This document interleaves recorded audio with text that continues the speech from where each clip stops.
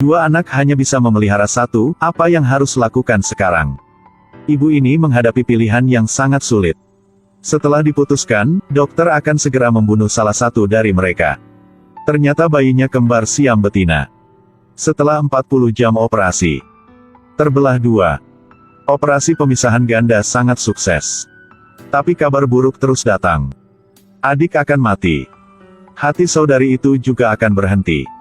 Satu-satunya cara sekarang adalah mengorbankan adik. Kemudian kasih dalaman perut ke tubuh kakaknya. Sang ibu ingin menunggu sebentar.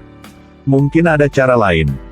Tapi kata dokter, jika tidak memutuskan sekarang, hati kakak tidak bisa melewati hari ini. Ibu ingin mengatakannya lagi. Terlihat sangat menyedihkan. Akhirnya dia dengan lemah mengajukan pertanyaan. Sakit gak? Dokter berkata kami akan melepas tabung sang kakak. Dia akan meninggal dengan tenang. Sang ibu akhirnya kesulitan memutuskan. Menanggung semuanya sendirian. Dia berjalan dengan berat ke ruang operasi. Sakit melihat sang kakak. Mata penuh keengganan. Kemudian perawat mematikan ventilator. Tarik keluar tabung oksigen. Diam-diam menunggu pasien pergi. Tapi apa yang terjadi selanjutnya membuat semua orang tercengang. Setelah mengeluarkan tabung pernapasan, gadis itu bisa bernapas sendiri lagi. Menghadapi situasi ini, para dokter harus mengadakan pertemuan darurat. Karena kakak tiba-tiba pulih. Membuat mereka semua bingung. Tentang masalah kemanusiaan. Mereka tidak ingin membunuh kakak perempuan untuk kedua kalinya. Tapi bagaimana dengan adiknya? Hanya melihat Saun berjalan perlahan. Mulai mode peretasan lagi. Dia menyarankan untuk memasang kembali si kembar. Tapi kali ini bukan transplantasi kepala. Tapi arteri femoralis. Dr. Lim segera mengerti apa yang dimaksud Saun. Karena darah kedua gadis itu persis sama. Tidak perlu menyuntikkan antikoagulan, tidak akan ada pendarahan. Setelah dipasang kembali, hati sang kakak akan memompa darah untuk sang kakak. Lucu bagaimana mereka butuh 40 jam untuk memisahkan mereka. Sekarang satukan kembali. Semua sangat lelah. Tapi ini adalah satu-satunya metode sekarang. Tidak lama kemudian, kedua saudara perempuan itu dibawa kembali ke meja operasi.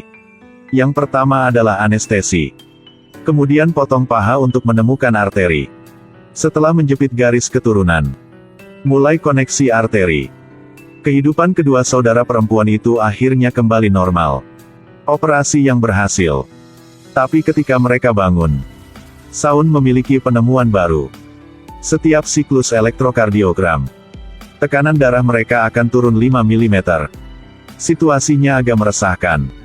Jadi mereka melakukan banyak pengujian untuk kedua saudara perempuan itu. Seperti yang diharapkan, itu tidak melampaui harapan Saun. Protein di hati kakak berkurang sangat cepat. Ini berbicara kepada tubuh saudari. Sedang membuat nutrisi untuk adik. Mereka harus segera memisahkannya. Kalau tidak, kakak perempuan akan dibunuh oleh adik laki-laki. Tiba-tiba jantung adik berhenti berdetak. Para dokter segera memberinya adrenalin. Gunakan semua jenis metode pertolongan pertama. Tapi tidak bisa disembuhkan. Bahkan Saun hanya bisa diam di situ. Dalam situasi yang tidak terduga, dokter hanya bisa memberi hati kakak untuk transplantasi. Dan pisahkan keduanya satu sama lain. Setelah operasi, kesehatan adik sangat baik. Dia membawa hati kakaknya untuk memulai hidup baru. Episode berikutnya mereka akan menyelamatkan pasien. Adalah seorang gadis dengan kanker testis. Perhatikan baik-baik. Bayi ini nomor 1. Katanya dia sakit perut. Dr. Lim menganggap lokasi yang diduga sebagai radang usus buntu. Tapi ketika dia menurunkan celananya, dia merasa malu. Ini bukan perempuan. Jelas laki-laki berpura-pura menjadi perempuan. Saun mengatakan tidak tabu. Itu cowok bukan cewek. Anak itu bilang dia bukan laki-laki. Saya seorang gadis. Mereka memiliki kromosom XY yang sama. Perempuan harus XX. Secara biologis dia adalah laki-laki. Aku anak laki-laki satu-satunya di keluarga, aku laki-laki. Saun ditolak dan mulai berbicara omong kosong. Pada saat ini, bayi merasakan sakit parah di perut. Jack bilang ini tanda mah akut. Untuk mendiagnosis kondisi secara akurat, Mereka melakukan pemeriksaan seluruh tubuh pada anak ini. Saun seperti anak itu terus bertanya ketika dia check-in. Apakah kamu memakai rok? Apakah kamu suka merah muda? Apakah kamu pergi ke toilet pria atau toilet wanita? Rekan-rekan di sampingku tersenyum malu-malu. Karena peralatannya sudah siap. Saun hanya bisa menghentikan rasa penasarannya. Sangat cepat mendapatkan hasilnya. Saun mengetahui bahwa dia tidak menderita radang usus buntu, tapi kanker testis. Dokter memberitahu kabar buruk ini kepada gadis kecil itu. Mereka baru tahu. Karena bayi tidak menginginkan bulu dada dan kerongkongan. Selalu minum obat antiseksual. Meskipun itu mungkin membantunya untuk menjaga citranya sebagai seorang gadis. Tetapi juga menyebabkan dia menderita kanker testis dan tulang yang lemah. Saun bilang ini bisa menyembuhkan akarnya. Potong saja satu sisi bola dengan kanker. Tapi setelah itu, jangan gunakan obat itu lagi. Ini membuatnya sangat tidak senang. Dia tidak ingin menjadi monster berjanggut yang bisa menari. Saun segera menawarkan solusi. Kemudian potong kedua sisinya. Anda ingin saya tidak memiliki cicit? Dr. Lim segera meminta maaf atas nama Saun. Hanya untuk bisa membuat nenek anak itu tenang. Orang tua anak itu tidak apa-apa. Tapi neneknya tidak setuju. Dia masih ingin cucu melanjutkan keturunannya. Itu sebabnya mereka berdebat dengan sengit. Apa yang bisa dilakukan dengan hanya satu bola tersisa?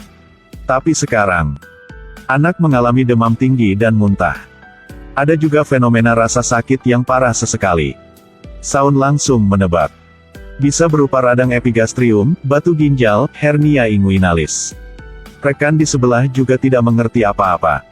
Setelah hasil tes tersedia, ternyata testisnya bengkok.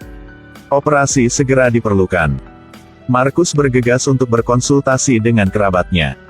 Pada akhirnya, orang tua mereka memutuskan untuk meninggalkan mereka sendirian untuk mencegah masa depan ingin memiliki anak. Sangat cepat bayi itu dibawa ke meja operasi. Selama percakapan, bola dengan masalah dipotong dan diletakkan di atas piring. Tiba-tiba mesin membunyikan peringatan. Bayinya memiliki detak jantung yang cepat dan tekanan darah yang rendah. Tapi para dokter tidak menemukan masalah apapun. Pada saat ini, Jack mengeluarkan gaun bedah. Mendeteksi pinggang pasien berwarna biru dan ungu. Saun langsung menebak. Adalah pendarahan internal. Karena testis terpotong. Arteri menyempitkan tulang. Pembuluh darah yang tidak tertutup menyebabkan pendarahan. Dokter segera memotong perutnya. Benar saja, perut pasien penuh dengan darah segar. Mereka segera menyedot. Kemudian hentikan arteri dan jahit lukanya. Operasinya sangat sukses. Tapi anak itu bangun dengan sangat sedih. Tanyakan kepada semua orang mengapa mereka tetap di satu sisi. Kata dokter itu baik untuknya. Tapi anak ini sepertinya tidak peduli. Bisakah aku memotong sisi yang lain ketika aku berusia 18 tahun? Episode ini memiliki sedikit rasa yang berat.